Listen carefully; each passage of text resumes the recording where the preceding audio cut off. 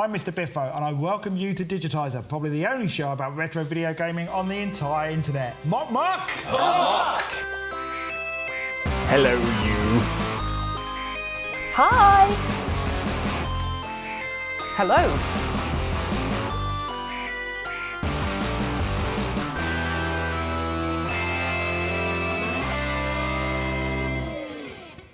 Buongiorno. Oh, that was weird. What?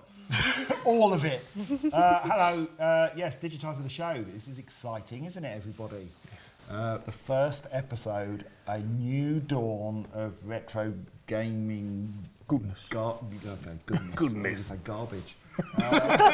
The jury's still out on that one. So why are we here? Why are people fascinated with the old games? I think it's a combination of nostalgia. These are games that people grew up with, so it's their childhood encapsulated into a piece of plastic. And also, I think modern gaming is more of a sort of a cookie cutter sort of McDonald's bin and paste, cut and pasting. So everything was sort of more variety back then. So do you think people though are willing to overlook flaws in the old games just because the nostalgia papers over it? I think there's more good games out there to cover up the bad ones. Would you agree with that, Octavius Kitten? Well, one of my biggest interests is indeed the bad games because they're hilarious. Have you played the game Mad Nurse? Yeah. Yeah, where the aim is to stop babies falling down the lift shaft. What? Seriously, Yeah, it's and one of the best games on the spectrum. Yeah. I think it was on the C64 as well. I'm not entirely sure. It might have been. Might have been, but that was a brilliant game because you're just there's like 3 or 4 floors, isn't there? And Yeah. there's babies in cribs and crawling around stuff, and you just need to stop them from trying to kill themselves. It's excellent. All the fun for the family. You can gas the babies to temporarily Yeah, stop them. yeah, you can. This is the kind of thing that would not be allowed today. I don't I'm think. sorry. Is this an elaborate prank on me? Because I know No, nothing. it's real. Mad Nurse. Mad Nurse. Yeah. Moving on. Gameplay. Jenny, what was your format of choice growing up? I think I'm probably a little bit different from everybody else because I had an Acorn Electron. My mother used to bring home the BBC Model B from the school that she worked at, which was always a treat. Beyond that, I was a specky boy. Quite literally, I had glasses. Yeah, the BBC, thank you very much for Doing the trombone making gag that thing. gesture at me. Well, someone had to give you something for it. So the Electron, that came out after the BBC B. Am I right in that? I'm Was not it sure, before? actually. I'm not sure. Anyone? Yeah, it was because it was the last machine that Acorn released. Because they had a warehouse full of them when they went bankrupt. Yeah, I think it was standard issues in schools as well, wasn't it? But mostly people just used the computer at school to do Sweet Dreams Are Made of These because it was a program you could type in and you go enter, do, and we just thought it was like listening to an MP3 player at the time. It was our generation's MP3. Jenny, favourite games? Oh, well, I liked all the things that you could type in yourself. So quite a lot of the stuff, or a lot of the stuff that I played, would have actually been type-ins from the Electron user. You had the patience to do that. Yeah, absolutely. I tried did. it once, and it was a kind of, on the spectrum, this would have been, kind of like 100 lines of code. And, I'd spent an hour doing that, and then it didn't run error, and I couldn't be bothered. Oh, for sure, but it was a learning experience. So if you had to type in your 1,000 lines of code, as it might have been, you had to go back and work out what you'd done wrong. And it might have literally been it was printed so small on the page, you couldn't quite read it properly. But you got to learn because you wouldn't be able to find that with a magnifying glass. You'd have to go, well, I know it's this part of the program that's gone wrong, so it's probably in those lines there. I didn't have many of the big name games or anything along those lines because that wasn't the point of it. It was something that I created myself. Paul Gamnon, Hello, sir. how are you? I'm all right. How are you, darling? Yeah, I'm all I right. like the jacket. Thank you. And by like, hate. Oh. What? Well, I'll ask him. Paul, is it true that your favourite computer operating system is Unix? It used to be. Is that funny? He said it used to be. It used to be. Can you tell your psychosis? I'll tell you what happened then. Go on. Is I just pulled a muscle in my neck. I was trying not to laugh. Yeah, good. Shall we give Larry the opportunity to make his joke My that joke? he made about my shirt that we all Very agreed before that was the best joke you're going to get this entire series, and he made it off camera. Oh, thank you. Would you well, like I to make the I joke just said again? you made a mess of yourself. It looks like you spilt a negative Viennetta down your front. There we are. He. What? I know you'd heard it before. That was my Beano laugh. When no one really says he when they laugh, but apparently I did. So you're a Nintendo boy, aren't you? I am, actually. I remember we had an Amstrad CPC 464 at home somehow, because my family were quite poor, so I don't know how they got all this stuff. Stole it, probably. I begin to think maybe they did. Or Dodgy Bob's van, you know, that kind of thing. Dodgy Bob. So we had that, but the games I remember for that were all Rolling on the Ropes and awful James Bond games. I think the Living Daylights was the one I had at the time. Anyway, so that, but then my mate had a Game Boy, and I coveted a Game Boy for absolutely years because Quavers were doing a giveaway at the time. So if you open the little packet up, you tear it, and it'd be, you've won a Game Boy or you haven't won. And so for the summer of like 1990, I think I ate 400 bags of Quavers just to try and win a Game Boy. And not only did I not win one, but my hands smelt of cheesy arseholes. So it was really awful. And nothing's changed. No, but now I don't have the Quavers excuse. So he let me play with his Game Boy, and it had Link's Awakening in. And to this day, I would still maybe put Link's Awakening in the top 3 games of all time ever that I've played. It's beautiful, and it brought me into gaming because I was used to platformers and daft little kind of, you pick it up, you put it down 5 minutes later.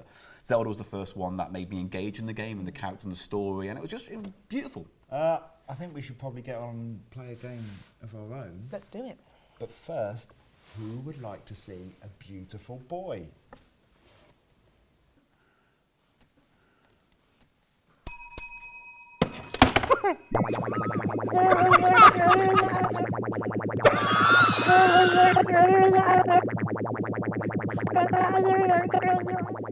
Don't go.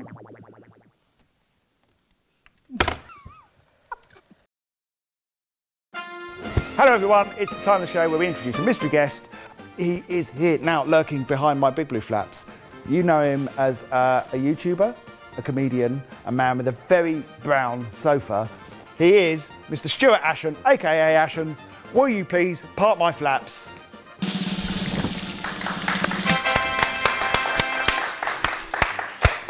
Hello. Did you enjoy that process? That was fantastic. They are the bluest flaps I've ever planted. They are. They're glossy flaps. So we're going to play a game. Tremendous. And we're going to have a little chat. Wonderful. But first, shall we return through the flaps? Shall I part them for you? Is it possible to go both ways Yeah. with the flaps? Yeah. These are dual entry flaps. Ooh, they're the best kind. Bye everyone. Bye. So Stuart, we stand before the arcade machine of dreams for a segment where I sort of awkwardly lurk behind you while you're playing a one-player This is like game. all my dreams come true. It's mine as well, funnily enough. I get the best view in the house. So what have you chosen for us to play today? Well, eventually I chose Dig Dug, Rah. which is a game about digging and Dugging. dugging. Diggy Dug. Dug. So do you want to get going? And Certainly. I can stare at your shoulders and admire the view. My gaze will fall. No, I'm just getting weird now. So why Dig Dug? Well, I used to play Dig Dug years ago at the Lakenheath Rod and Gun Club when my dad would go shooting his shotgun at clay pigeons. And was it just a lack of other games that led you to this? or They did you- only ever had 2 machines, and one would rotate. At one stage it was Gryzor, then it was Green Beret, or Russian Attack, as it was there, because there were always American machines that ran on quarters. When you said rotate, I thought it was going to be one of those big, impressive kind of G-lock. Oh, machines. no. Oh, nothing like that. Nope, a couple of stand-up coin-ups, and that was your lot. But yeah, Dig Dug was a permanent feature. So you're sort of our quintessential guest on this series, where you have kind of somehow carved out a living rather like Dig Dug, if that is is his name Doug, or is it sort of... has he I got a can't name? remember. He does have a name, I think, that tells you on the attract screen, but I've forgotten due to idiocy. So you've dug a hole for yourself, as in with a career that you sort of look at old tat, which is And sometimes new tat. And sort of my personal brand. I am old tat. So how did that get started? by accident, really. Many years ago, I was a member of a forum, remember those, for an old video games journalist from the 90s. I know who that was. You probably do. Shall we say his name? Yeah, why not? Stuart Campbell, Stuart who used to Campbell. write for Omega Power magazine. Well, he used to write for DIGITISER back in the day. Yes, he did, didn't he? Yes, he always had a panel forward, didn't he? And yeah, somebody spotted this fake PSP. For the Sony PSP was the cool thing all the kids wanted at the time, on eBay for £5, and it just played like some crap LCD game from times gone by. So I bought it as it was a £5 and just sort of improvised a video showing it off, thinking about 15 people on the forum would ever see it. And it got forwarded to Beta, the big old online newsletter. Yeah, good old Beta. Goes out on a Friday. And yeah, about 70,000 people downloaded the WMV file from putpotatofile.net or whatever it was in those days, because, you know, before YouTube and that. And I thought, maybe there's something to this, but I, of course, hadn't put my website address or my name on it because I didn't expect anybody to really see it. So then I had to make a second video to prove I'd made the first. And more people watched that than the first one. Wow. And I thought, I'm going to do a third, and this will be people sick of it. No, they were not sick of it. So I kept it going. And yeah, when YouTube became a thing, I put it on Google Video, because I always back the winner. And then eventually put it on YouTube as well. And 493 years later, I've made enough money to buy a Mars bar. But after that, what were you trying to achieve out of it? I just kept going as people were watching it, really. And it was something new, really. And people were watching it. I was enjoying making it. Why not keep going, really? And I did that for years with no thought that you could ever be able to monetize it or get anything out of it whatsoever. So what was the day job back then? The day job back then, well, a lot of really lovely day jobs, that's a lie. Adult social services, that was about as much fun as it sounds. I did the technical desk at PC World for a bit. Again, about as much fun as it sounds, especially on the day after Boxing Day. Oh my God. You ruined our Christmas because Little Billy's Bunny Rabbit game didn't work. But your YouTube odyssey sort of led you into acting and making films. Yeah, I mean, I hadn't acted for years. I sort of did some stage plays and stuff when I was at school. Yeah, then we did like a big sponsored video for Dell Alienware. Called The Proxy, and it was basically like a short science fiction series that we wrote and produced in like 25 seconds. I don't know why I said we, because I didn't write it. It was written by my longtime collaborator, Riyadh Barmania. But yeah, that went really well. And Riyadh is like a proper film director and writer, and had access to many, many cinematic film crew people. We thought, in fact, literally at a party once, for a sort of YouTube stuff, I just posited to him, you know, we could actually make a film. And like, I have an idea for a film. We could write this film together and then make this film. And he's like, I could get some money for that. And we got some money, but it wasn't enough, so we crowdfunded the rest. And that's how Ashens and the Quest for the Game Child was born, which I think was the first proper feature film released on YouTube for free. And you're looking at doing it all over again, aren't you? A sequel. We are, very shortly after recording this. And I don't know when it's going out, so I can't give you exact dates. We are... we'll flash it up on the screen. Hey, thank you. Yeah, we are crowdfunding for the sequel, Ashens and the Polybius Heist. Because we thought writing a heist film would be fun and not hideously complicated. It was hideously complicated, but we got there in the end. And yeah, we've been trying to get that made for 3 years. Wow, Hollywood, huh? Man, it's just been a dark path, it really has. But so we've got some private money now, and we're going to crowdfund the rest, hopefully, and then we can make the film and die in peace. On that note, Stuart, stop playing immediately. Oh. We've finished this segment. Oh, can I just squash one more puka, because I like the word. 3 in 1. Aye, thank you. Stuart Ashen, everybody, he played a game with us. No applause, fine. Hello, this is the part of the show that we have imaginatively titled Head to Head. And what I do is I split the team into 2 teams, and I get them to go into a battle of thought, of mind, and of influence to try and win me over to their side of the argument over the topic of choice. And today's topic of choice is, you see it, Nintendo, the Super Nintendo, and Sega's Mega Drive. Or Genesis, if you're from that there America, which I don't approve of. So, it's very simple on Team A today. I'm going to let you name yourselves. What would you like to call yourselves today? Do you have a funny, witty name, or just A? Team Stardust. Oh. Ziggy or the Neil Gaiman book version? No, the dust. Oh, the actual real thing, The Stardust. cosmic dust from space. I like it. So Team Stardust, you will be talking about the Super Nintendo today. You'll be defending its honour, okay? Easy. Team B, give us a witty name. What would you like to be called? Ninja pasta. Are you happy with that? I am very happy with that. If you're both very happy, then Team Ninja Pasta will be up against Team Stardust. So, we're going to start with you guys. You have the Super Nintendo, you're defending it for your honour. First of all, tell me a bit about its specs. What do you know about it? What is its major USP? Well, more colours. Mode 7 3D effects and yeah. scaling. But what was Mode 7 really, though? The Mega Drive couldn't hope to scale sprites in the way that the SNES did. Counterpoint.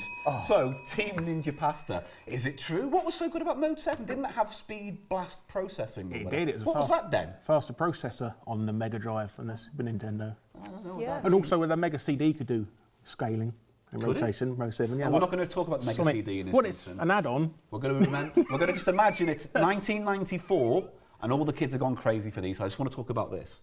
Whereupon you and I will say, oh yes, but the Mega CD came out in December 1994. No? No, I was probably looking forward to the PlayStation in 1994. But I don't know when machines came out. Appalling. Okay, so Mega Drive, what is its USP? Well, for a start, it was marketed more towards adults rather than children. Oh. So, it's already a much more mature and sophisticated console. Oh, I like that. Is Nintendo for kids? It's for the child in all of us. Oh, well said, sir. That gets my delightful horn. Desk. Whoa, I got delighted, so I touched my delight horn. That means I'm happy with an argument. All right? Tell me about the games then. So, Jenny, the Super Nintendo. Yeah. What games did it have? Well, my overriding memory Yeah. of the Super Nintendo, of which I never had one, I'd like to point out. Of course, yeah. So to have a memory like this for something I never even owned is quite a big one. Yeah. Is walking into WH Smith's and seeing it all set up in its glass demo case and all the rest of it, and F-Zero playing on that monitor and being blown away by the speed, and Biffo's already talked about the Mode 7 Yeah. graphics and all of that. And that sticks with me, and I think for something I didn't own to stick with me that much, says it all really. I like that. Scott, what do you think? What games would you recommend for the Nintendo? Oh, you know, where do you even begin? Where do you end? Have a start then. All the Nintendo first-party games. Yeah. You've got your Mario, Zelda, Pilot Wings, Right. Super Tennis. Okay, all right. And then in that case, Mega Drive. What was in its bounty? What games could we expect? I think there was one with a blue hedgehog, if I recall. No, I don't know. I don't remember that Oh one. yeah, That one. Sandy the Mickey, Hedgehog. Mickey Mouse.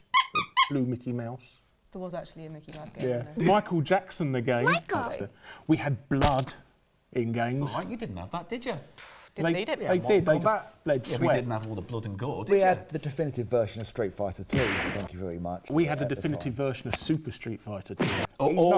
He's not rung his bell. You're okay. interrupting. No, I don't Docking the mind that. point. That was a good counterpoint. Sorry, Dad. I like counterpointivity. What that means. All right, okay, so we're going to do a little thing of one-upmanship. You're going to give me a fact about the Mega Drive, and I want you to one-up that fact with something that's- else, I like right? that though. One Okay. up. That's a Oh, Nintendo thing nice. straight away. Oh, I didn't. One I'm up. very clever sometimes We've when already I'm won. not looking. Give me a fact about the Mega Drive. It was the first ever console to have online capabilities. Right, what can Nintendo do to one-up that? It didn't need a Mega CD, it didn't need a 32X, any of that rubbish, it was good enough. That's true. That was full of tat. What would you say to one-up that? I know I looked at you, but don't look at me too much. It was just the nice eye contact moment. I'll have I'm enjoying the we'll have to, Yeah, it's all right, isn't it? Good, we'll yeah. have to confer. Oh, They have notes. They have notes. Look, noteless. Cheating. I know. Raise your MD hand, had show them more we have RAM no and a notes. higher You screen can resolution. film on that. It That's had on the more blooper RAM reel there. and high screen resolution, so it was a high-def system. Yeah, Yeah, it had yes. high definition on the front of it, didn't it? Yeah, And it- and writing it on there, I could have written on the PlayStation, this will travel through time. It doesn't mean that it will. Well, there it is. There it like is. that. 20 years later.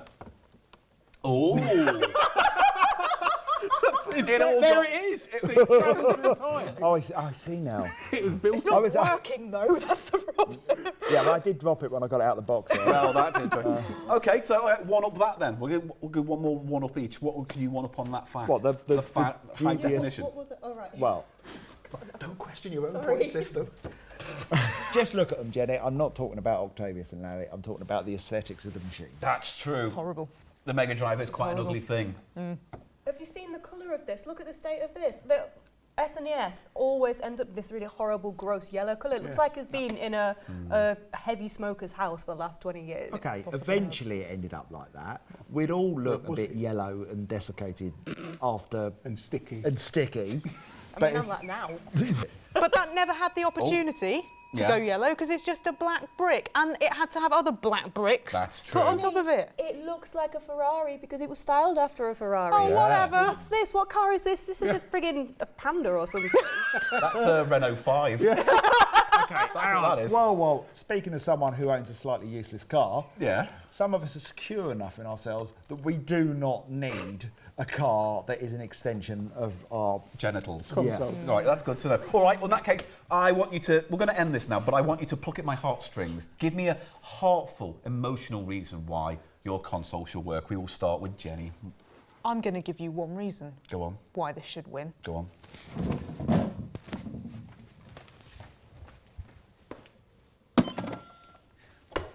It's a very strong argument, I will say that. Right. I know. Sound effects are not a good argument. Well, it's an iconic sound effect, she's saying. What iconic sound effect did the Mega Drive give us? Right, for a start, all of the Sonic sounds. Such as? That terrifying noise you get when you're drowning. That is awful. That actually happens in real life. Yeah, it does. In fact, the film Titanic will be improved considerably by having Jack do that sound. And he needs the music over the top of it, admittedly. Yeah. The countdown. They made strong points, Barry. Barry. Look at him with his lobster. All right, I've decided. He has given me some film. I'm going to go with the Nintendo. I'm sorry, it's Nintendo for me. Mega Drive has pretend to the crown. And that is my final word on the subject. Thank you for head-to-heading me. Give up my Atari? My television? How about for this? You bet your asteroids. It's time for Show and Tell, the part of Digitize the Show where one of my co-hosts brings a thing, shows me it, and tells me about it. Let's find out who it is this week. Why, it's Larry Bundy Jr. And what is this thing you brought to show me and tell me about? It's a Vectrex made by NB Games and General Electric. Oh, no, GCE in America, sorry. It looks like a sort of space-age television. It is. Let me just cast your mind back to 1982, right? Okay, you've only got one television in the house. What do? Do you either wait for your parents to finish watching Match of the Day, or do you go out and buy one of these if you're spectacularly rich? Is this a rhetorical question, or are you genuinely asking? Well, it's somewhere in between rhetorical and...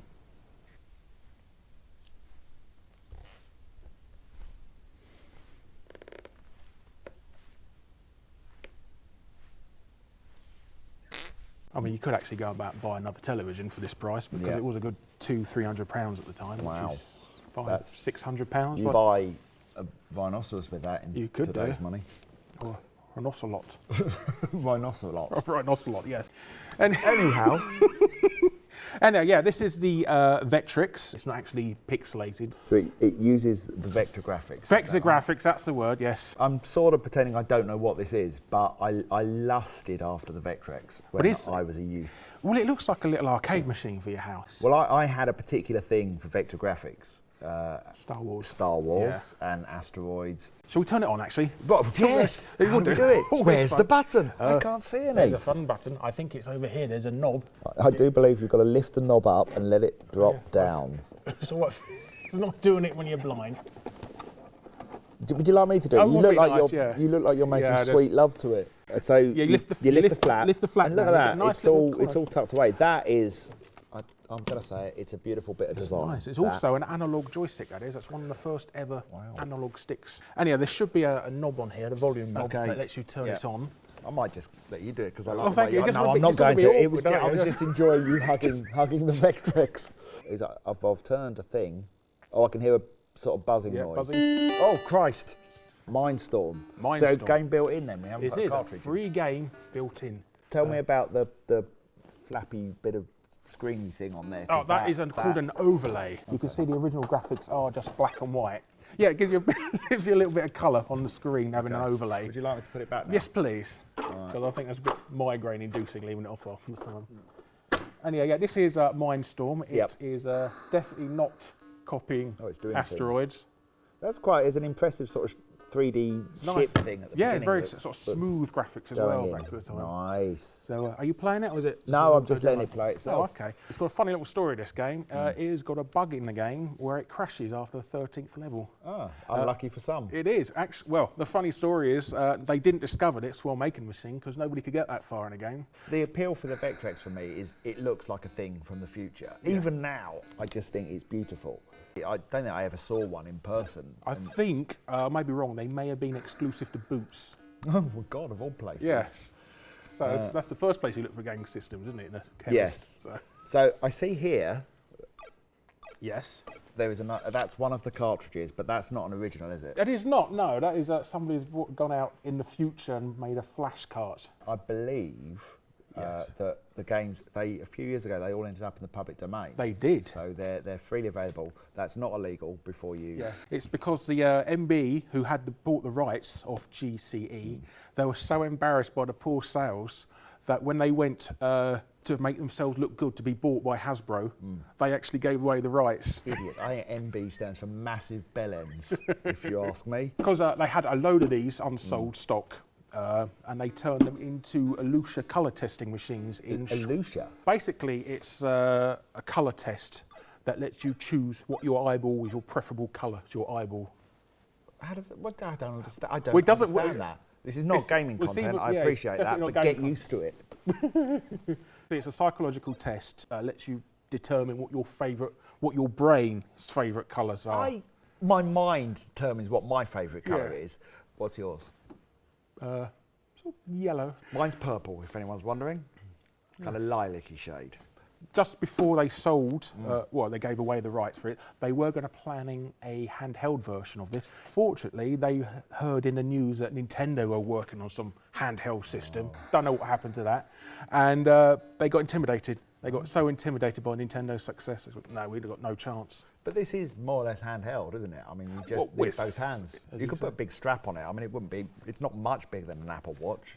There was some extra items released for this as well. Okay.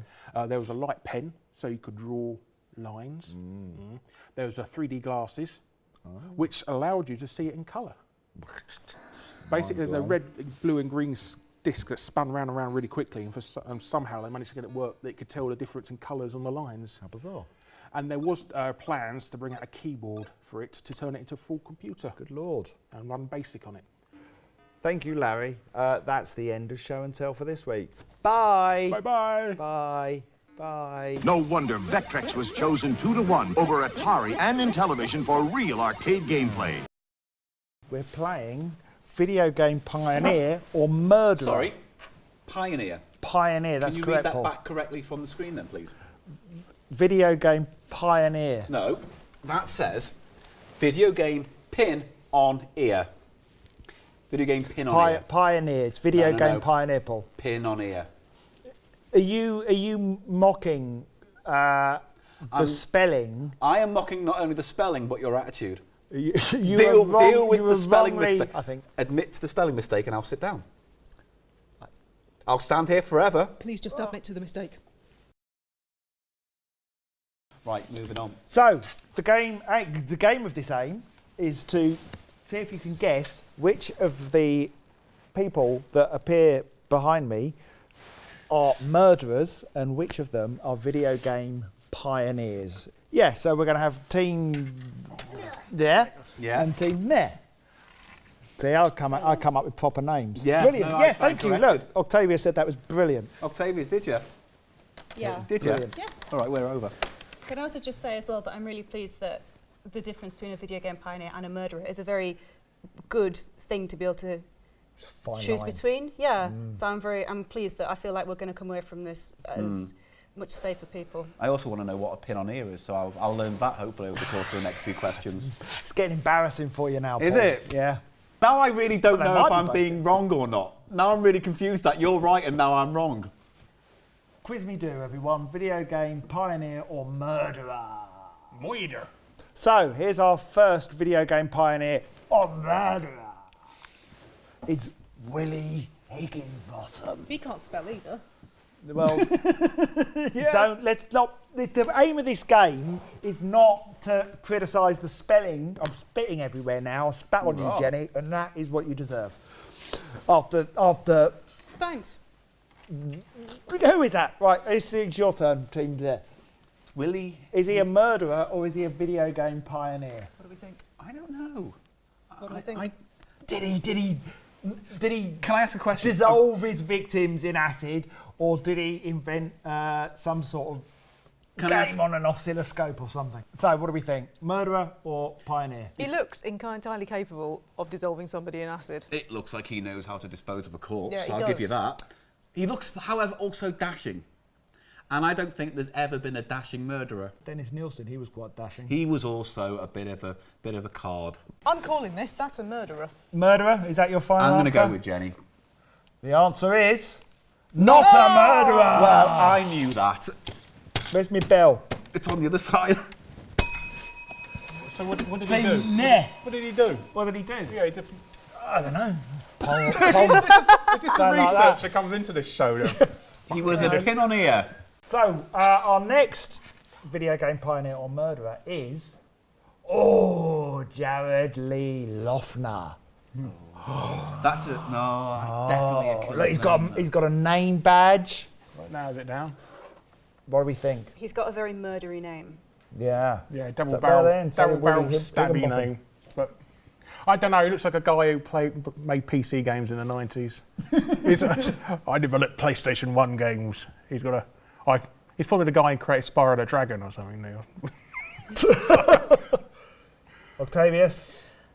He's got a murdery name and he's got a bit of a stabby haircut. Stabby haircut.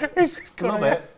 You know what I mean, right? A stabby yeah, haircut. Like he's cut it himself. Yeah, he's got a very curb stomping haircut. Yeah, he's got other things to do, you know. He doesn't want to be mucking Or around cutting murdering, hair. maybe. Exactly. Murdering, yes. Or making games. I think this lad went around being a bit murdery, to be Okay. honest. What do you reckon, Larry? I think he made games because he looks like a... Oh, well, okay. Well, we need to... I don't know. Well, he's a murderer who made games. He's like...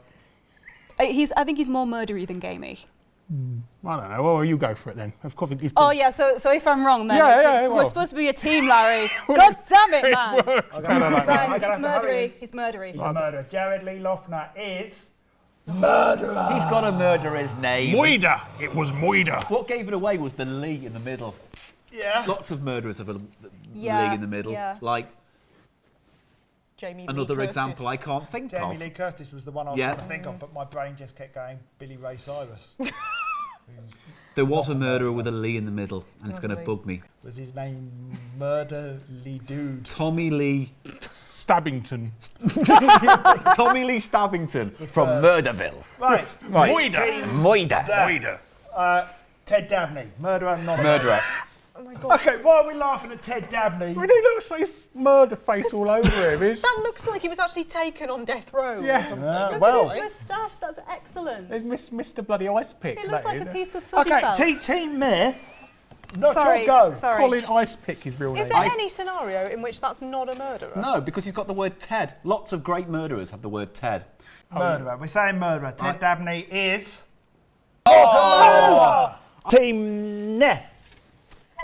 Willie Crowther, is he a murderer or is he a video game pioneer? I don't know. He looks like someone who worked for Apple in the 70s. Did you take this photo yourself with a long lens or something? It looks like you've been following him around, and that's just the best you could get. He's got the Harold Shipman going on. Shit man, more It kind like. of Am I right? Yeah. Get on. Crowther. He does kind Crowther. of have that long-suffering, defeatist sort of look that you Yeah. usually get with game developers. So it looks like he could be stabby if someone just pushed him over the edge. So we're saying not a murderer but could be, Yeah. as in if pushed. If pushed, yes. Let's find out. Is Willie Crowther, is he a murderer or is he a video game pioneer? He's not a murderer! Okay, Ricky Casso. He looks a bit edgy. I actually know he's a murderer. I actually know he's You a know murderer. that. I listened to a podcast last week about him. Well, you're wrong. No, I'm not. You are, you're wrong. No, I'm not. Yeah, I'm look not. at that over there. What? Yeah, it said not a murderer. Did it say not a murderer? I know Oh, this I'm one. sorry. I Right know. for Atari. That's the guy who made E.T. on the Atari It is 2600. Howard Scott Warshaw, yeah.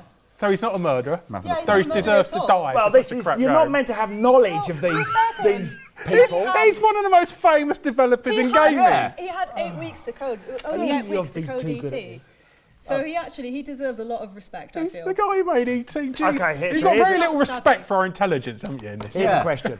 Are you absolutely 100% sure he's never killed anyone? Yeah, well, Yes. The thing is, sodomised maybe. do but you I've have got away with it. Sodomised? Okay, allegedly. The creator of ET for the Atari ST. fucked the gaming Atari industry. VCS. It's a I'm banging sodomite, things did on you the say? desk. Yeah, this is going well. Well, that's it. That was video game pioneer or look. murderer. Shigeru Miyamoto, is he a murderer or not? Pin on ear. How do you think the first episode went, Paul? Not bad, actually. I'm actually reasonably surprised that it's all come together as well as it has. Do you know what? What? You might be my second or third favourite Digitiser the Show presenter. Out of the four of us? That's really impressive. Yeah, definitely. Oh, no, definitely, thank you. That's a definitely in the upper 75%. Okay, I'll take that. Yeah, I would expect that because this isn't the first time that you've been on a video game show, is it? No, a long time ago. I was, 13, 14? I was on Games Master playing Duck Hunt. How did that go? Amazingly badly. And trying to blast some innocent wildfowl tonight is a young trigger-happy lad from Wirral, Paul Gammon.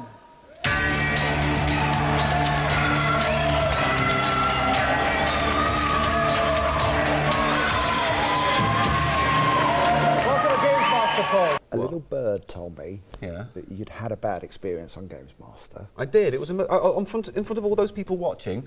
You saw a 13-year-old boy cry and say the words, "I got too trigger happy" 4 times in a row because he couldn't process emotion. Talk me through what happened in the end. Just got trigger happy. Yeah, you did a bit. Bless. Yeah. Well, you've been such a good boy today Yeah. that I want to give you the chance to get even. Is this what all this is about? the Exactly. Duck Hunt? I get the chance to do Duck Hunt again. There's a twist. Yeah? You're going to do it for real. No. Yeah. So I just get to plug in with this and then we... Not quite. It's a bit more tangible than that. In fact, Okay. I've got a costume that you might like to try on, just over there. So you go get that on. Yeah. And I'll get set up here. All right. All right. I'll see you in a minute, Paul. No worries. Now, to play Duck Hunt for real, I need some burly men. Could I have some burly men, please? We have the first burly man, Steve McNeil, from a future episode of Digitiser the Show. Mr. Stuart Ashen. You can applaud if you want, and Digitiser's very own Mr. Hairs to Mob. We don't believe it now. Any experience with hunting ducks? No. Okay. So you guys go over here. I'll bring out the dog, and then we'll see if Paul's ready. All right. So we have our burly outdoorsman ready. We're in the great outdoors. There's only one thing remaining. We need a duck. Please, Paul, are you ready? Yeah. Out you come then. Really? Paul, come out, please. But... Paul. Okay. I can't see.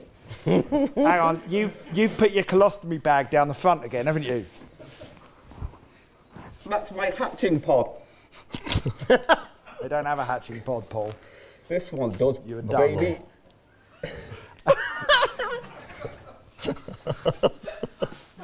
You like to give the camera a little look so I can see you in all your glory? Yeah. So I think you need to go and secrete yourself. I can't breathe, by the way. That's fine. So you need to go and secrete yourself. All right, okay. Do you need your asthma pump? All right, find a hiding place, and we'll remember about those demons. It's all about those demons, putting them to rest. Okay, that's it. Just you give us a shout when you're ready. I'm ready. One more thing, we need a dog to flush out the duck. Could I have the dog, please? Flush out that duck. There you come. That's it. Woof woof. Woof woof, please. That way. That way. Go on, boy. Go on, boy. He's in there somewhere. You sniff him out. Come on, boy. Good boy. There he is. Quick, he's out. He's out. He's out. Get him. Kill him. Kill him. Oh, yes. That's going to hurt. And the duck is gone. And the dog is gone. Sorry. So, sorry. Any idea how many times you hit him? 30. 30 times. So it's Mr. Hare's turn. We need the dog to drag out the duck once more. Dog, please flush out that duck.